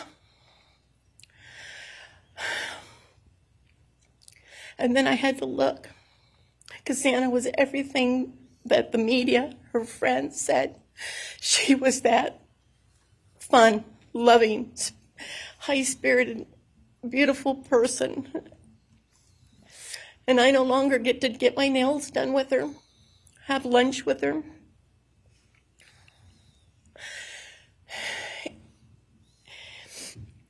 Sorry. But how I look at it now is this tragedy, this horrible tragedy on all of the 4 children, has brought us closer. You united us with your actions. We're united now, and we're stronger than ever. We have family and friends now that we never knew we had. And, this is probably going to bother everybody, but Bryan, I'm here today to tell you I have forgiven you, because I no longer could live with that hate in my heart. And for me to become a better person, I have forgiven you. And anytime you want to talk and tell me what happened, get my number. I'm here. No judgment. Because I do have answers or questions that I want you to answer. And I'm here. I'll be that one that'll listen to you. Okay? Thank you, Your Honor. Thank you very much. My name is Stratton Kernodal, and I'm Xana's uncle, Jeff's brother. Sitting here today listening to all the stories and feelings and feeling the pain from everybody is a pretty powerful thing. It's each time a statement was read, it sort of would tug into my center core as I felt everybody's anguish. And Dana meant a lot to us, and we loved her very much. But I started thinking about, instead of rehashing everything that everybody else has talked about, I wanted to direct it another direction toward Bryan and what he's done to his family, his parents, his siblings, his friends, his universe.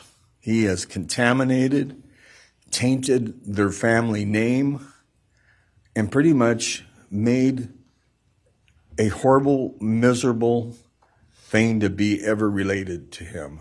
And I know that that's what he has to live with, and that has to be his pain. And that's all I have to say. Thank you.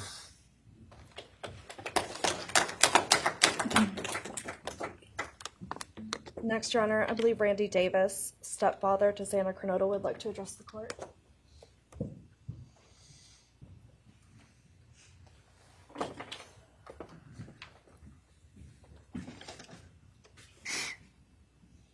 Hi, my name's Randy, stepdad of Xana. I just feel the same way we all do. All of us are united because of something that happened, and I'm grateful to know and have met some new family because of this awful event. But this is probably the last time we're all going to be in the same room together, let's be real. So I can say, I love you all, and I feel your pain. And just God bless us all, you know? Just get through it. I had stuff wrote up. It was probably best I didn't read it out. Probably get kicked out of here. So, you know, I'll share one thing to you guys, not to you, with Xana. So I was working in North Dakota and came home, and Jazzy and Xana had taken our son Elijah and put him in a dress, makeup, and it was awful, you know.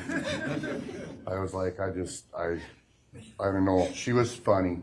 I told her she'd be in the movies and be somebody great one day like that. And now she is just above us as an angel with all the other beautiful kids. So let's hold that to our hearts, because this evil thing is not going to take nothing from us. You, man, I don't know what my limits are here, but I'm really struggling, dude.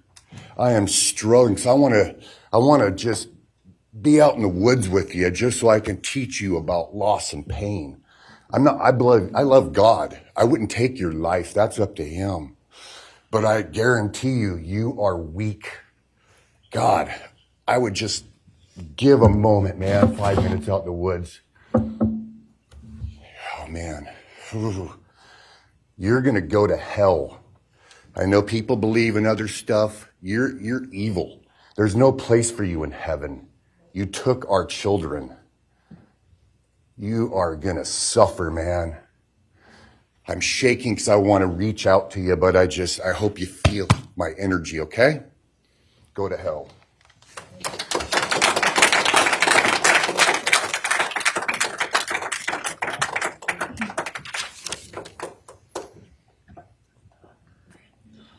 Next is Cara Northington, Xana's mother.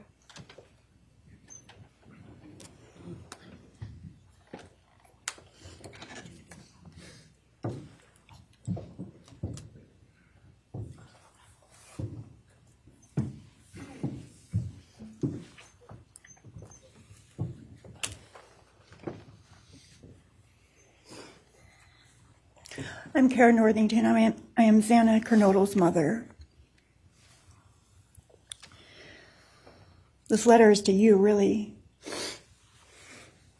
But it is for my daughter, who was murdered by you. Today I stand before you, the man who is responsible for murdering my beautiful daughter, Jasmine Kernodal. My daughter was beautiful both inside and out. She possessed love for those around her and had a light so bright it will live on forever in our hearts. She brought joy and laughter to her friends, her family, and anyone in her presence. Our Lord and Savior, Jesus Christ, now has her in his loving arms in heaven, where she can never be harmed ever again for eternity. Because of her, I came to know my Lord and Savior, Jesus Christ. Because of her, many will come to Christ. It is Christ who lives in me that has given me the strength to forgive you. It was of no power of my own. In return, the Lord has filled me with joy, hope, and peace that surpasses all understanding. Jesus has allowed me to forgive you for murdering my daughter without you even being sorry or asking for this. This is only possible because he who lives in me is greater than any evil in this world. For God hath not given us the spirit of fear, but of power and of love and of a sound mind. I do not fear you or even let you rent space in my head anymore. This forgiveness has released me from any and all evil you have inflicted on me and my family. It has allowed me to let our Lord deal with you. You have accepted a deal that will prevent you from receiving the death penalty. Nothing man can do to you can ever compare to the wrath of God. Inevitably, you will stand before our Lord and will have to answer to him over the sins you have committed in murdering our children. I pray you come to the end of yourself before that day. Whether you like it or not, heaven is for real and so is hell. The innocent life of Xana that you stole from myself and my family, and the destruction it has caused. I am washing my hands of you and turning you over to my Lord and Savior Jesus Christ, whom vengeance belongs to. In closing, I want to read a passage from the Bible, Ephesians 6, King James Version. Finally, my brethren, be strong in the Lord and then in the power of his might. Put on the whole armor of God, that ye may be able to withstand the wiles of the devil. For we wrestle not against flesh and blood,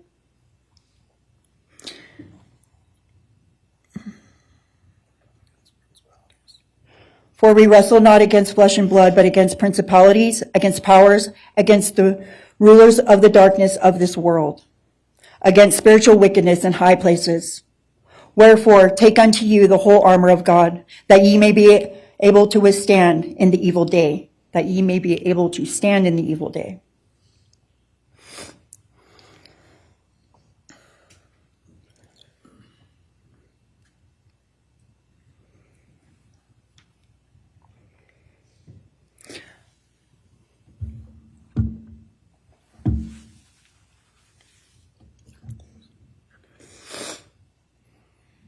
I'm not going to share memories of Xana or any more of the goodness of her with you, because I do not want that to be in your head. I don't want it to be in your head. You don't deserve that. You don't deserve our good memories that we have. I do pray for you. I pray that you come to the end of yourself. I pray that before this life is over, that you ask our Lord and Savior in your heart and to forgive you. I do pray for that. But after today, I wash my hands of you, and you are no longer a thing. Thank you. Thank you.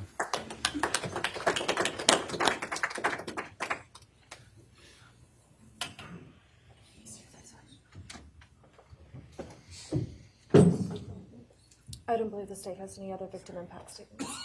Okay.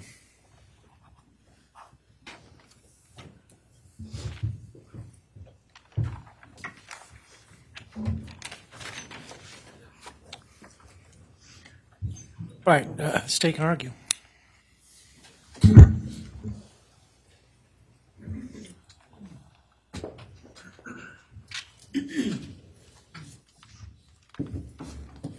Thank you, Your Honor.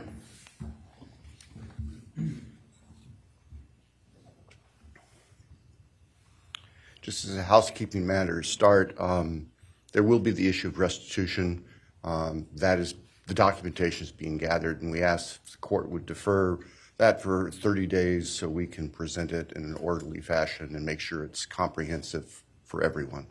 Any objection to leaving restitution open in 60 days? All right. Thank you, Your Honor.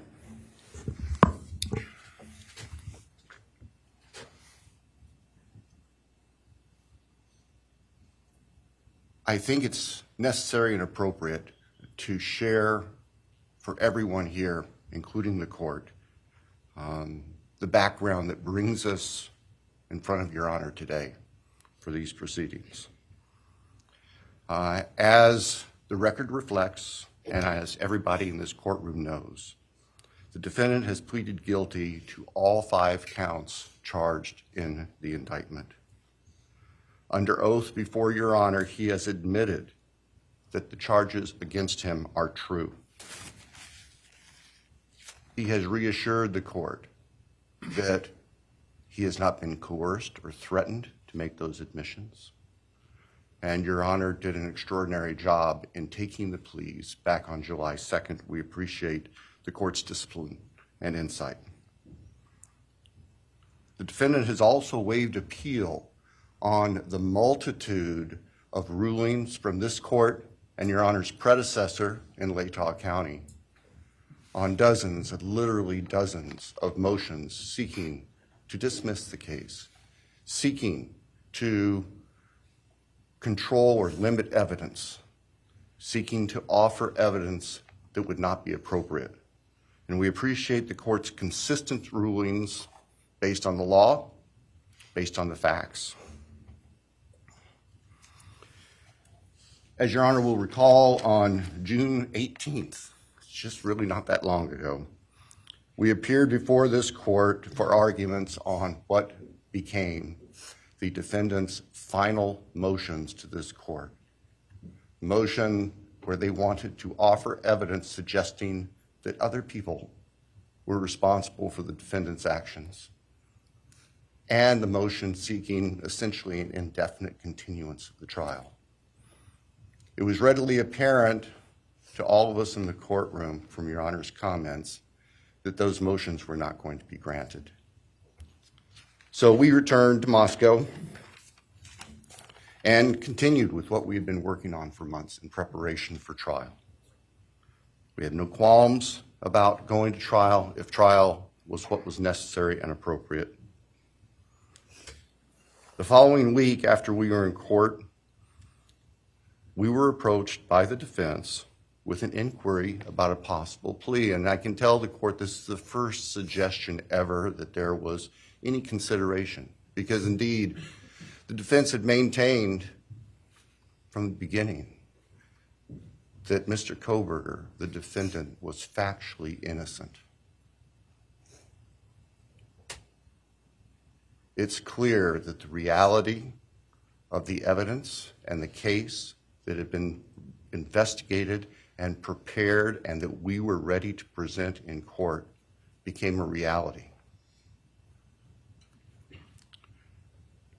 Our reaction, among other things, was to reach out to all the families. And in fact, later that week, on Thursday and Friday of that last week of June, we met with representatives by teams, virtual meetings, with representatives of all the families. And we talked about the status of the case, and the upcoming trial and things that related to the trial. And we also let them know that there had been an inquiry about whether there might be an offer for a plea. And we asked the family members for their thoughts and feelings. And they were candid. And they have been candid since, and we respect that. And we understand, recognize, and acknowledge that there was a difference of opinion among representatives of the different families. We understand that. One of the challenges of this case, one of the unique things about this case is we have multiple victims, each unique unto themselves, their families and friends unique unto themselves, and all of them entitled to their opinions, all of them entitled to their thoughts. Over the following weekend, our prosecution team, very skilled attorneys who were personally as well as professionally deeply invested in this case, met. And we talked, and the decision was reached, well, to start with, were there to be any sort of plea offer or discussion, there's only one possibility. And that would be for the defendant to plead guilty straight up to all charges. There would be no bargaining about counts. There would be no bargaining about reduced sentences.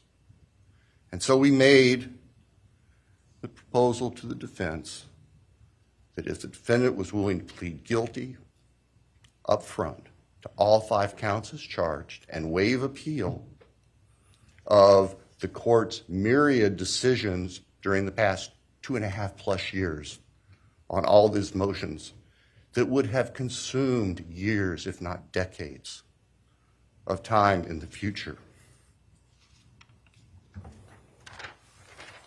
By the end of the weekend, we were notified the defendant was prepared to plead guilty as charged and factually acknowledge his responsibility in court for these horrible crimes. Obviously, those discussions and negotiations were confidential. And as Your Honor noted, I believe, that was necessarily so, because if the defendant had decided not to plead guilty, it would have been devastating to our jury pool for there to be public information that there had been consideration by either party to a plea resolution. And protecting the prospective integrity of the trial after so many years was paramount. So, the end of the weekend came. We notified the victims' families of what had occurred. I recognize and acknowledge personally, and I respect the fact that of these fine, suffering people here, not everybody agreed with the decision we make. I accept that. It's my responsibility in the end. I recognize that that's the duty of the office that I hold.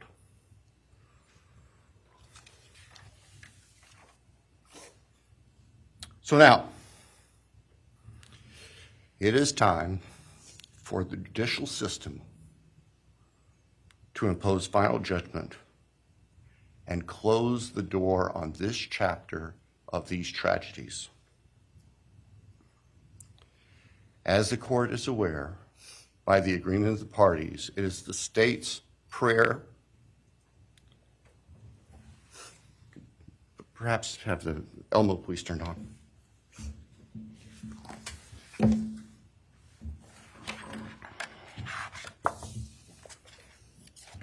Thank you. That on count 1, the felony burglary, that the court sentenced the defendant to the maximum period of 10 years fixed in the custody of the Idaho Department of Correction. Then on count 2,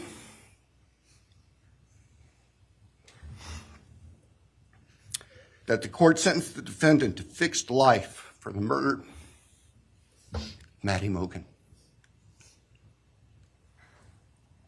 On count 3, that the court sentenced the defendant to fixed life for the murder of Christy Gonzalez. On count 4, that the court sentenced the defendant to fixed life for the murder of Jasmine Kernodal. On count 5, that the court sentenced the defendant to fixed life for the murder of Ethan Chapin. And the state further prays that these sentences be ordered to run consecutively, back to back, not at the same time, to recognize and respect the unique individuality of each of these beautiful young people whose lives were taken brutally and for no reason.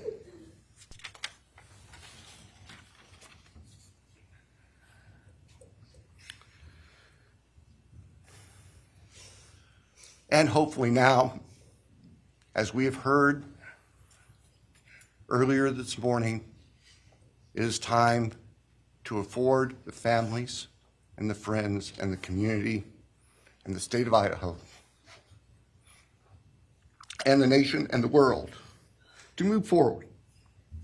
We can't undo, and we can never undo, the horror of what occurred on the early morning hours of November 13th, 2022 at 1122 King Street in Moscow, Idaho.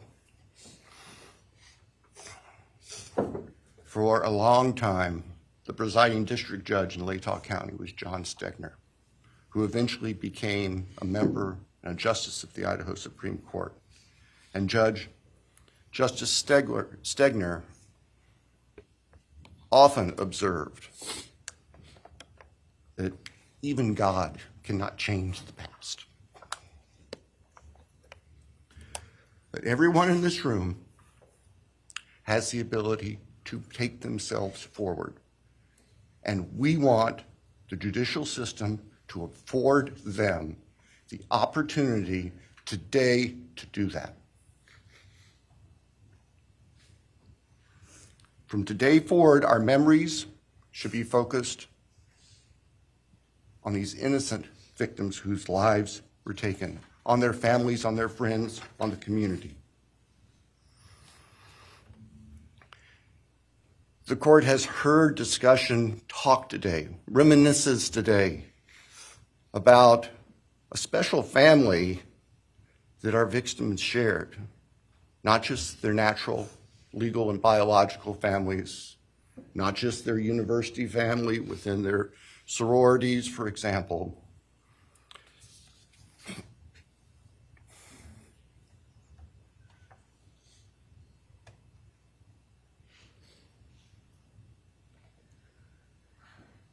But this family. This is the picture taken on November 12th, 2022, of the special family of 1122 King Road. And you can see all 6 of these dynamic, vibrant, loving, special, innocent faces taken together just across the street from their residence, and barely 12 hours before 4 of them would be brutally murdered in their sleep. They've been described consistently as being bright, caring, vivacious, with futures we can only imagine now.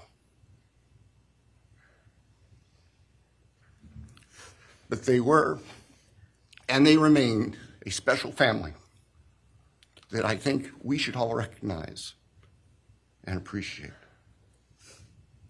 So it's time to move forward. There have been a number of statements directed specifically at the defendant today, I have one last thought. After Your Honor imposes judgment and sentences the defendant to spend the rest of his life in prison, in other words, sentence the defendant to die in prison, he's going to stand up in the belly chains and leg irons that he's wearing today, and he's going to be escorted into the custody of the Idaho Department of Correction. And the door will close behind him forever. That is the closure that we seek, that all of these people, these loving friends and family deserve, so that we can move forward. Thank you, Your Honor. Thank you.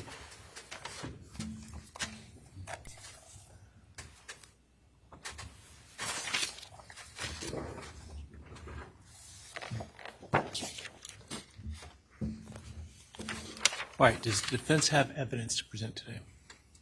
No evidence. All right. Does the defense wish to make argument today? Runner, we do not wish to make arguments. Mr. Kohberger, along with his legal team, is prepared for the court to enter judgment. All right, Mr. Kohberger, you have an opportunity to make a statement if you wish to. I take it you are declining. I respectfully decline. Well.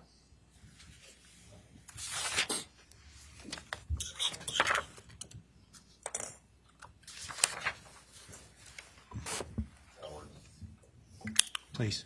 All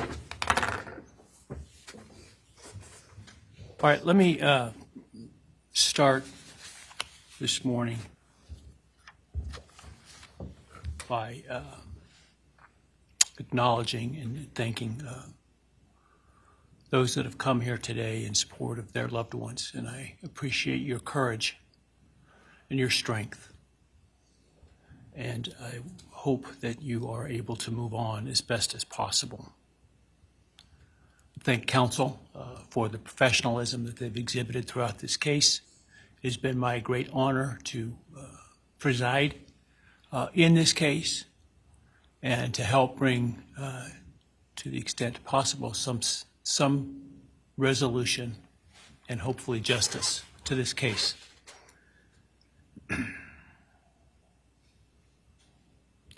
During the quiet morning hours of November 13, 2022, a faceless coward breached the tranquility of 6 beautiful young people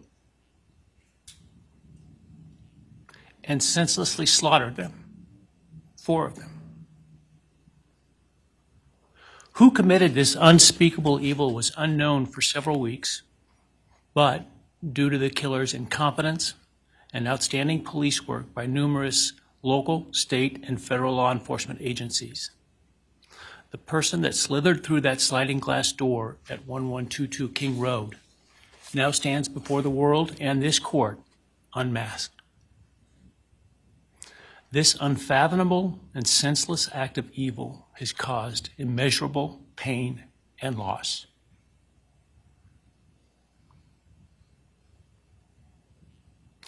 No parent should ever have to bury their child. This is the greatest tragedy that can be inflicted upon a person. Parents who took their children to college in a truck filled with moving boxes had to bring them home in hearses lined with coffins. The loss this killer inflicted was not just the death of these people's children, siblings, grandchildren, as we've heard today. It has ripped a hole in their soul, destroying a special part of their very essence. Any person who is a parent defines themselves foremost as such.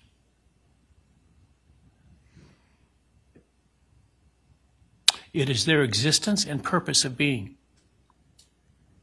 And it has been stolen from these parents.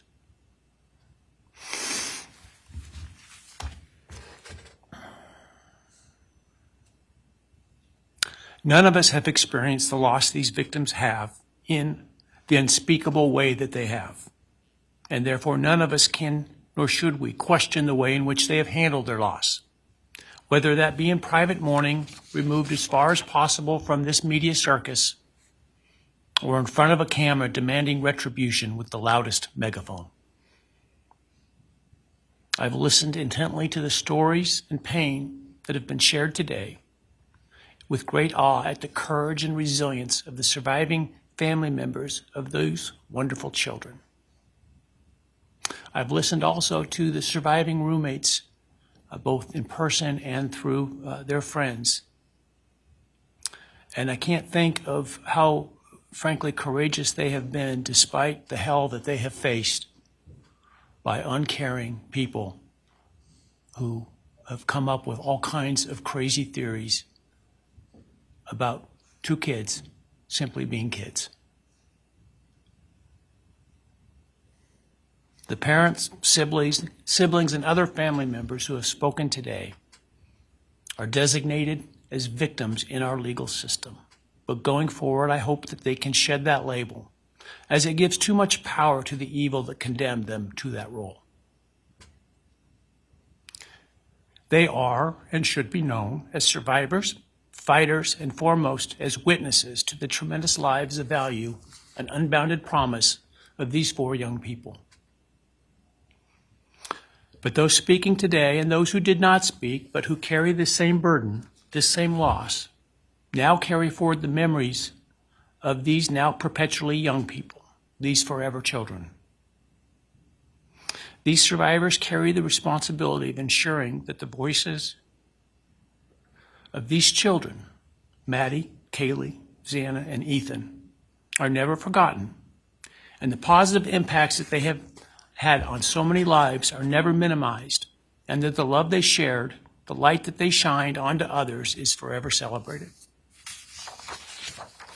As we sit here today, this case is ending, and we are now certain who committed these unspeakable acts of evil, but we don't know, and what we may never know is why. I share the desire expressed by others to understand the why. But upon reflection, it seems to me, and this is just my own opinion, that by continuing to focus on why, we continue to give Mr. Kohberger relevance. We give him agency and we give him power. The need to know what is inherently not understandable makes us dependent upon the defendant to provide us with a reason, and that gives him the spotlight, the attention, and the power he appears to crave. Yet even if I could force him to speak, which legally I cannot, how could anyone ever be assured that what he speaks is the truth? Do we really believe, after all of this, he's capable of speaking the truth or of giving up something of himself to help the very people whose lives he destroyed? Rather, I suspect the so-called reason would be dished out in enticing, self-serving, and aggrandizing untruthful bits, leaving people wanting more information, more insight, and thus enhancing even further the power he seeks to hold. Even if we could get truthful insight into his why, I suspect it would not in any way quench one's thirst for actually understanding why in the first instance. Because there is no reason for these crimes that could approach anything resembling rationality. No conceivable reason could make any sense. And in the end, the more we struggle to seek explanation for the unexplainable, the more we try to extract a reason, the more power and control we give to him. In my view, the time has now come to end Mr. Kohberger's 15 minutes of fame. It's time that he be consigned to the ignominy and isolation of perpetual incarceration.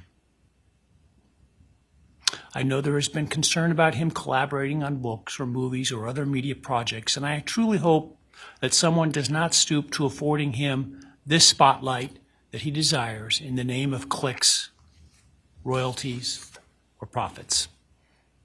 While criminal behavioralists should study him away from the spotlight in an attempt to prevent other would-be killers from acting on their worst impulses, There should be no need for that to spill over into the public eye.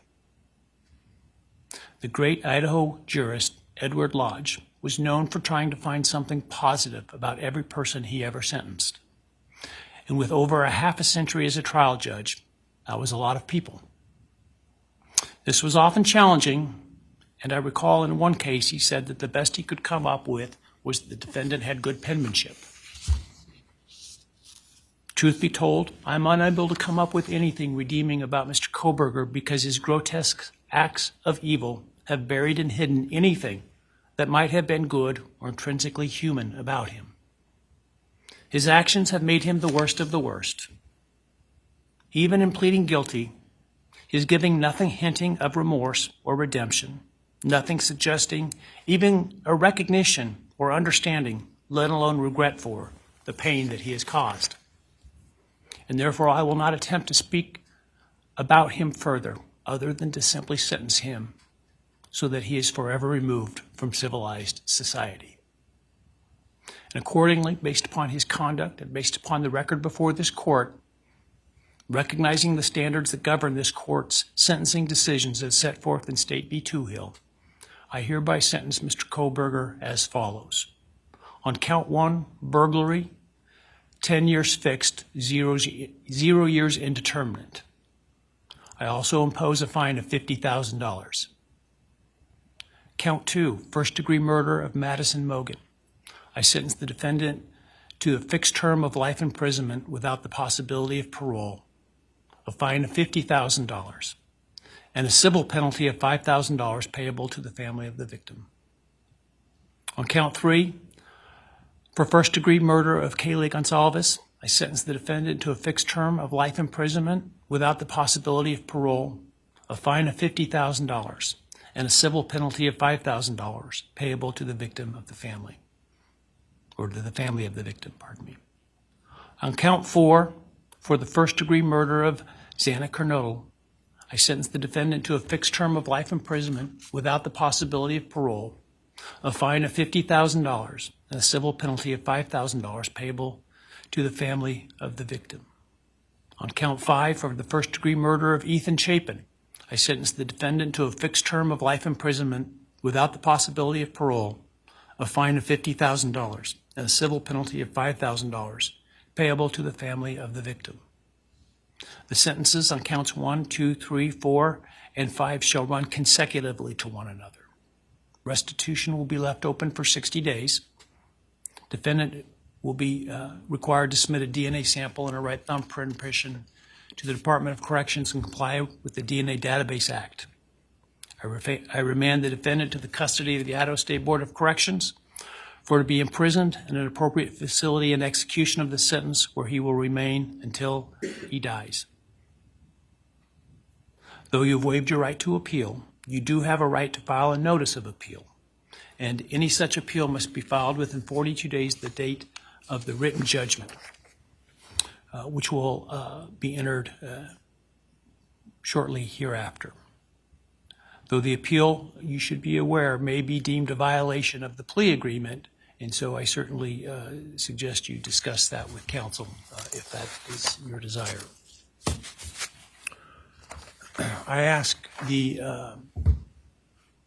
media and public present to allow the families to be escorted out first before they leave. Again, thank you to everyone for your stories today. I am strengthened by them, and I am encouraged by your humanity and strength, and God bless you. We're adjourned.